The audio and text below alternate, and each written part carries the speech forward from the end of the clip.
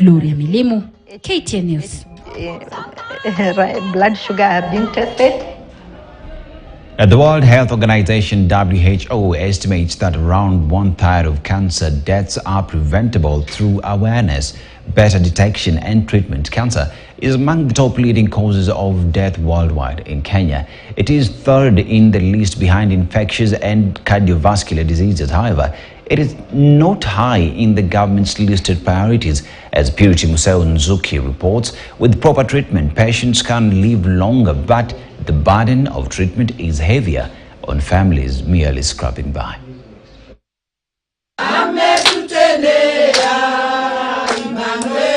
A song of hope to pass time between treatment. These women have been brought together by fate. Here are cancer survivors and their caregivers. They occasionally come together with a belief that a problem half shared is half solved. When a patient is seen by the doctor, they are told, go eat well, we meet on a certain day. So that patient gets out of that office, they need someone to talk to tell them what the doctor has said. The skills training offered here also help them redirect their focus from the pain. Mike Njeru is a neck cancer survivor. He was diagnosed with the disease in 2021. I noticed a small lump on my neck in 2019. I started going to the local clinics and I was given medication with the healthcare providers assuring me that it was just a small growth that should disappear on its own. The problem persisted for a whole year.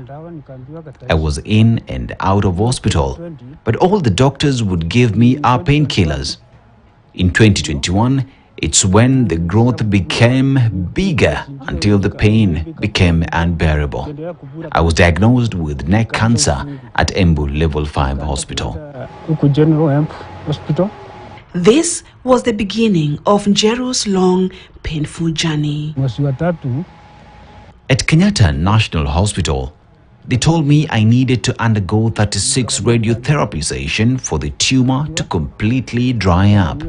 One session was costing 3,600 Kenya shillings. We began fundraising at home. The disease has not only taken away his most precious blessing of good health, but has also deprived him the joy of being with his family. I have 3 children. One of my children cleared school in 2020. The other one is in Form 3. He reported to school when schools reopened for the first time, but the following day he was sent home for lack of school fees. Another one is supposed to join junior secondary school. He is yet to report to school. I cannot afford to pay for my treatment and their school fees.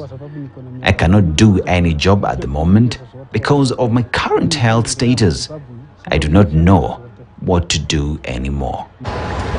In 2021, Teresia Wanjiru began experiencing heavy bleeding. Unaware that this was a sign of a life-threatening disease, she initially ignored the signs. I would bleed thrice a month. This continued for some time and my assumption was I was doing heavy tasks. I tried reducing on that but nothing changed. I then began to bleed heavily until in a single day, I would use at least 4 sanitary towels. I went back to the hospital, but a referral hospital this time. Wanjiru was diagnosed with cervical cancer and referred to Kenyatta National Hospital for specialized treatment. It was not easy. I had lost my sister the previous year from breast cancer, and I was scared my path would be the same. Wanjiru explains that the disease has not only affected her, but also her entire family. We were forced to hold fundraisers. My husband fell into depression. He had to quit his job to take care of me. Florence Musili is a strong believer that one should live a day at a time. The breast cancer survivor is overwhelmed by the cost of treating a disease that started as a small lump but ended up taking away a body part. I did not take it seriously. I thought it was just like any other disease that can get treated just like any other disease. There are a lot of challenges that cancer patients go through. My husband died last year from pressure after I was diagnosed with colon cancer. It has not been easy. Priscilla Wambua, who is a breast cancer survivor, has skipped 2 months of her doctor's appointment due to lack of money. I have sold all my property. Now I am helpless. I'm only pleading for help with the treatment. For someone like Priscilla Wambua, who is already struggling to get the basic needs for her family, that is food, good shelter, and clothing, managing breast cancer is not only a health problem for her, but a financial burden that she cannot deal with at the moment unless well-wishers intervene and help with the treatment cost. What also now makes it even worse is that NHIF, much as it covers some of these costs within cancer treatment, they don't, for example, cover the diagnostics. According to the World Health Organization, WHO, many cancers can be cured if detected early and treated effectively. The government should look at making cancer treatment free for all, just like the way they've made HIV.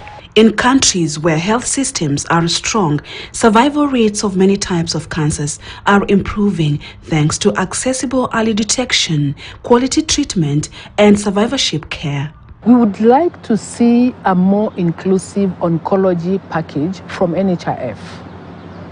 A package that covers the whole cancer journey. Cancer is the third leading cause of death in Kenya and the second leading cause of non-communicable diseases after cardiovascular diseases. According to the World Health Organization, cancer is a leading cause of death worldwide. The most common are breast cancer, lung cancer, colon, rectum, and prostate cancers. While Kenya has a universal healthcare system, many public hospitals neither have the resources nor staff to provide adequate treatment. Cancer patients are often the most vulnerable. And finally,